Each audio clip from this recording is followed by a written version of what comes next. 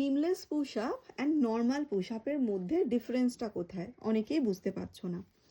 দেখো দুটোর কাটিংয়ের মধ্যে ডিফারেন্স আছে, এটার কভারেজ অনেকটা বেশি থাকবে কিন্তু, অ্যান্ড অবভিয়াসলি ক্লিভেজ ওপেন দুটোতেই থাকবে, বাট তুলনামূলকভাবে এটাতে কিন্তু ক্লিভেজটা কম ওপেন থাকবে। ওকে, অ্যান্ড এখানে দেখো নিচ থেকে একটা এই যে ওয়্যারটা গেছে সেইটার একটা লাইন ভিজিবল হচ্ছে। তোমরা কোনো যদি বডিকন বা কোনো টাইট ড্রেস পরো অনেক সময় কি হয়, এই যে নিচের লাইনটা ভিজিবল হয়। ওকে, অ্যান্ড লেস ওয়ার্কের ব্যাপারটায় যদি আসি, এরকম পুশ আপ লেস ওয়ার্ক ছাড়াও পাওয়া যায়, সেগুলোও নিতে পারো, বাট সেখানে কিন্তু এই ওয়্যারের ভিজিবিলিটিটা থাকবেই।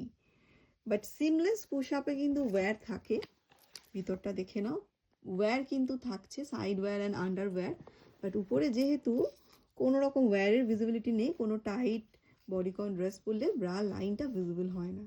অ্যান্ড এটার কিন্তু সাইডটা দেখো, এখানটা এরকম রাউন্ড মতো, এখানটা কিন্তু এটার সাইডটা একটু প্রেস মতো, সো এটা একটু মিনিমাইজারেরও কিন্তু কাজ করবে। অ্যান্ড এক্সট্রিমলি লাইট প্যাডের মধ্যে তো অবশ্যই আছে জিনিসটা।